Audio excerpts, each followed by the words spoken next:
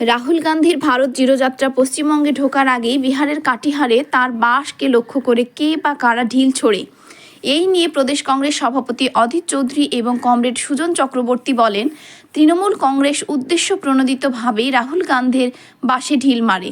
31শে জানুয়ারি মমতা ব্যানার্জি বহরমপুর স্টেডিয়ামে প্রায় 70,000 লোক নিয়ে এক প্রশাসনিক মিটিং করে।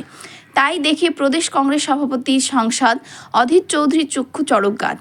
ঠিক তিনি তার সেই স্বভাবসিদ্ধ ভঙ্গিমায় আজ ভোর রাতে অর্থাৎ ভোরবেলায় মমতা ব্যানার্জির ফ্লেক্স কাটআউট সব ছিঁড়ে ফেলেন।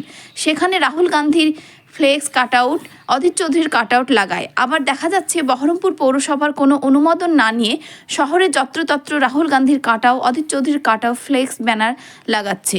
আমাদের নেত্রী মমতা ব্যানার্জির আদেশক্রমে বহরমপুর পৌরসভার পৌরপতি নারুগোপাল মুখার্জির উদার মানসিকতার এক নিদর্শন। তাই তৃণমূল কংগ্রেস প্রতিহিংসা পছন্দ করে না, তাই সমস্ত বিরোধীদেরকে তৃণমূল কংগ্রেস সম্মান জানায়। সুজন চক্রবর্তী এবং অধীর চৌধুরীরা অহেতুক নাটক করছে বিহারের কাটিহারে বাস ভেঙেছে বলে। পশ্চিমবাংলা, মালদা বা কুচবিহারে বাস ভেঙেছে, তাই অযথা এই ধরনের কথা বলে বিজেপিকে আরও শক্তিশালী করছে। এটা একদম ঠিক নয়। বাংলার মানুষ এদের বুঝে গিয়েছে। কাল মাননীয় মুখ্যমন্ত্রী নিজেই বলেছেন যে ঘটনাটা ঘটেছে অত্যন্ত দুঃখজনক এবং দুর্ভাগ্যজনক, কিন্তু তিনি এও বলেছেন যে আমি সঙ্গে সঙ্গে ঘটনার পুলিশকে দিয়ে ইনকোয়ারি করিয়েছি এবং যখন বাংলায় ঢোকে, বিশেষ করে তখন রাহুল গান্ধী যখন বাংলায় ঢোকে তার আগে বিহারের পূর্ণিয়ার কাছে কোথাও একটা জায়গায় তার বাসে কেউ না কেউ, কারা জানি না, কেউ না কেউ ঢেলা মেরে পেছনের দিকের কাঁচ ভেঙে দিয়েছে। কিন্তু তিনি যখন বাংলায় ঢোকেন তখন সেই বাংলাতে দেখা গেছে যে তার গাড়ির কাঁচ ভাঙা। অথচ অধীর চৌধুরী এবং সুজন চক্রবর্তী তো একই গুরু শিষ্য, সতীর্থ। এরা দুজনে মিলিতভাবে তৃণমূলের বিরুদ্ধে যেভাবে বিষোদ্গার করছে সেটা অত্যন্ত দুর্ভাগ্যজনক এবং নিন্দনীয়। এইভাবে কালিমালিপ্ত করা উচিত নয়। তৃণমূলকে যতই কালিমালিপ্ত করুক না কেন, মানুষ বুঝতে পারছে যে অধীর চৌধুরীরা কি বলতে চাইছে। প্রত্যক্ষ এবং পরোক্ষ যে কোনো মূল্যায়নে এরা বিজেপিকে এখানে গোটা বাংলায় প্রশ্রয় দিতে চাইছে। তাই যখন যে আলোচনায় হোক, সিপিএম এর মুখপাত্র যা বলে, কংগ্রেসের মুখপাত্র একই কথা বলে, বিজেপির মুখপাত্র একই কথা বলে, তিনটে দলের মুখপাত্র একই ভাষায় একই টোনে মমতা বন্দ্যোপাধ্যায়ের বিরুদ্ধে কথা বলে। সুতরাং এদের এইসবের উপরে মানুষ বিশ্বাস করে না এবং এরা সেই বিশ্বাসযোগ্যতা মানুষের কাছে অর্জন করতে পারেনি। তাই তো গত বিধানসভায় এই দুটো দল সিপিএম এবং কংগ্রেস বিজেপির হাতে তামাক খায় বলে বাংলার মানুষ এদেরকে এমনভাবে শিক্ষা দিয়েছে যে বিধানসভায় শূন্য করে দিয়েছে। সুতরাং এদের আর কোনো এক্সিস্টেন্স বা এই ধরনের আর কোনো কিছুই ওটা বাংলায় প্রাসঙ্গিকতা নেই। না, তাহলে কি এটা কি বলতে চান বিজেপির হাত শক্ত করছে এরা? এখন প্রত্যক্ষ পরোক্ষভাবে তা তো বটেই, কারণ এরা চাইছে বিজেপিটা মমতা বন্দ্যোপাধ্যায়কে শেষ করতে গেলে যে শক্তির সঙ্গে হাত মেলাতে হয় সেই শক্তির সঙ্গে হাত মেলাবো, তাহলে বিজেপি গোটা ভারতবর্ষে শক্তিশালী। বাংলার ক্ষেত্রে এরা চেষ্টা করছে CPM, Congress, BJP, ISF, all political party, Trinamool বাদে সব দল একত্রিত হয়ে মমতা বন্দ্যোপাধ্যায়ের বিরুদ্ধে একটা বিষোদ্গার করে প্রত্যক্ষ এবং পরোক্ষ সব দিক থেকেই এরা তৃণমূলের হাতকে শক্তিশালী, বিজেপির হাতকে শক্তিশালী করার চেষ্টা করছে।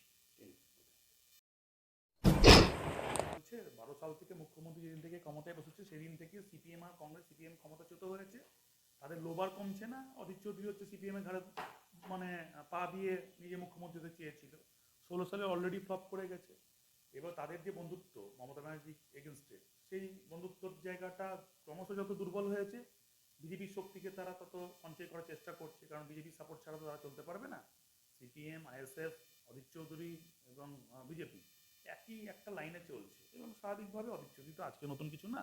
অধীর চৌধুরী হচ্ছে বিজেপির বরাবরই হচ্ছে এজেন্ট, বরাবরই এজেন্ট। গতবার লোকসভা ভোটে আপনি দেখবেন যে যেভাবে টোটাল ভোটগুলো হয়েছিল, সেই ভোটগুলো বিজেপির একটা দুর্বল প্রার্থী দিয়ে অধীর চৌধুরী তার বিজেপির ভোটটাকে ক্যাশকরণ করেছিল এবং সেটা বিজেপির উচ্চ নেতৃত্ব করে দিয়েছিল।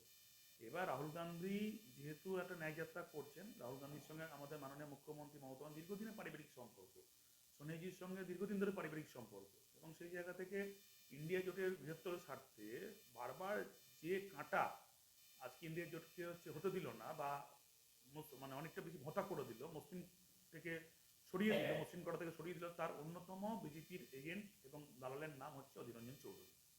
এবং তার ফায়দা কি? তার ফায়দা যদি বিজেপি সরে যায়, তার যে একক রাজ্যত্ব সেটা কায়েম হবে না দিল্লিতে। পশ্চিমবঙ্গে কংগ্রেস যদি দুর্বল হবে, তার একটা মাত্র এমপি সিটে তিনি বিজেপির দৌলতে জিততে পারেন এই আশা রেখে তিনি আবার বিজেপির হাতে তামাক খাবেন এবং বিজেপির জনসুস্থিত ভোগ করে কংগ্রেসকে দুর্বল করবেন এবং বিজেপিকে এখানে জায়গা করে দেবেন। নতুন কিছু না। এবং গতকালের ঘটনা প্রমাণিত হয়েছে যে অলরেডি বিহারের ঘটনা, পশ্চিমবঙ্গের ব্যাপারই নয়।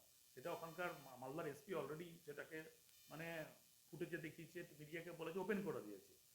এটা যেমন মানে পরিষ্কার হয়ে গেছে এবং সেই পুরো চক্রান্তটাই এরা নিজেরা করছে এবং নিজেরা করে তৃণমূলের ওপর মানে আপনার যে দোষারোপগুলো করা যায় সেগুলো করছে। আজকে রাহুল গান্ধী যে ন্যায়যাত্রা, আজকে স্টেট গভর্নমেন্ট যদি পারমিশন না দিত, উচ্চ মাধ্যমিক কালকে মাধ্যমিক পরীক্ষা, তা সত্ত্বেও ওনাকে পশ্চিমবঙ্গের পুলিশের যত ফোর্স সব ওনাকে মানে সার্ভিসের জন্য প্রোভাইড করা হয়েছে। পশ্চিমবঙ্গে যত গ্রাউন্ড একটা সেন্ট্রাল গভর্নমেন্টের মাঠ না, কিন্তু যত গ্রাউন্ড সবটাই রাহুল গান্ধীর জন্য দেওয়া হয়েছে। বহরমপুরের মধ্যে দিয়ে বিধানসভা যে যাত্রা উনি করেছেন, যতগুলো ফ্লেক্স পোস্টার লাগিয়েছে তার কিন্তু অফিসিয়াল অথরিটি মিউনিসিপ্যালিটি, কোনো পারমিশন ছাড়াই Rahulji flex, banner, cut out ওরা লাগিয়েছে। কিন্তু আজকে যদি মুখ্যমন্ত্রী বলিতে গেছেন, যদি কোনো রকম ইন্টেনশন মুখ্যমন্ত্রী থাকতো তাহলে পরে কি পশ্চিমবঙ্গের ওপর দিয়ে ন্যায়যাত্রা রাহুলজি করতে পারতেন? মুখ্যমন্ত্রী বরাবরই বলেছেন রাহুলজির প্রতি তিনি খুব সফট, তাদের পারিবারিক সম্পর্ক, তিনি ন্যায়যাত্রা যদি করতে চান পশ্চিমবঙ্গের ওপর দিয়ে সেখানে করুক। তার মমতা ব্যানার্জির প্রধান শত্রু হচ্ছে বিজেপি। এই বিজেপির সঙ্গে লড়াই করতে গেলে রাহুলজির যেখানে যেখানে প্রয়োজন তাকে দরকার, সেখানে তিনি রাহুলজিকে সঙ্গ দেবেন, এটা পরিষ্কার।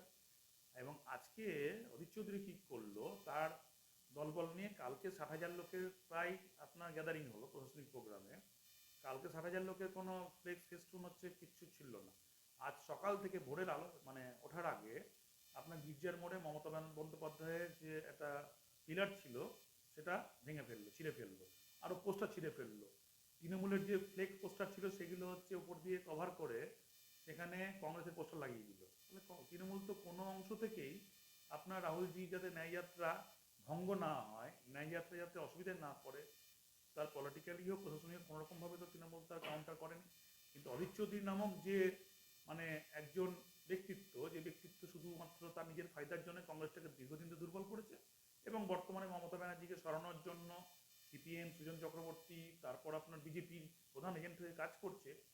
একটা ধর্মনিরপেক্ষ শক্তি হিসেবে মমতা ব্যানার্জি সেখানে যা যা বলা দরকার সেখানে সেটা আমরা প্রতিবাদ করছি। উনি মমতা ব্যানার্জি ওদের লেভেলে নামে না, সেখানে বলছেন না এবং আমরা শুধু বলেছি। কিন্তু যেহেতু পার্টির আমাদের নির্দেশ আছে কোনো রকমভাবে যেন রাহুলজির ন্যায়যাত্রার উপর অধীরের যে অনেক রকম মানে কৌশল আছে, সেই কৌশলের জায়গাগুলো যেন ফুলফিল করতে না দেওয়া হয়, তার জন্য রাহুলজি পরে বুঝতে পারবেন বিজেপি এজেন্ট হয়ে অধীরবাবু যে কাজ করছেন সেখান থেকে যেন বিরত থাকছে। আমার বিরত আছে। বলছি এটা কি প্রতিহিংসা, যে ফ্লেক্স ছিঁড়া, ছবি ফেলে দেওয়া, ঢেকে দেওয়া, এগুলো প্রতিহিংসা? ডেফিনেটলি অধীর চৌধুরী বুঝতে পারছেন তার যে ডেটা আছে ভোট ব্যাংকে এমনি হাঁটছে। তারপর মুখ্যমন্ত্রী কালকে যেভাবে লোক গ্যাদারিং করেছে এবং শহর থেকে, ব্লক থেকে, অধীরের লোকসভা, অধীর চৌধুরীর লোকসভা কেন্দ্র থেকে যেভাবে লোক গেছে, উপচে পড়েছে দিক, তাই দেখে তিনি আতঙ্কিত, ভীত এবং সেই ভয় এবং আতঙ্কের জায়গা থেকে তার যে পুরনো কালচার একই রকম, যে একটা প্রতিহিংসা রাজনীতি, ফ্লেক্স ছেঁড়া, ছেঁড়া, নোংরামো করা, এগুলো তিনি নতুন কিছু করছেন না, আগাগোড়াই করে এসছেন। সেটাই তার আজকে প্রতিফলন ঘটলো, দেখতে পেলাম।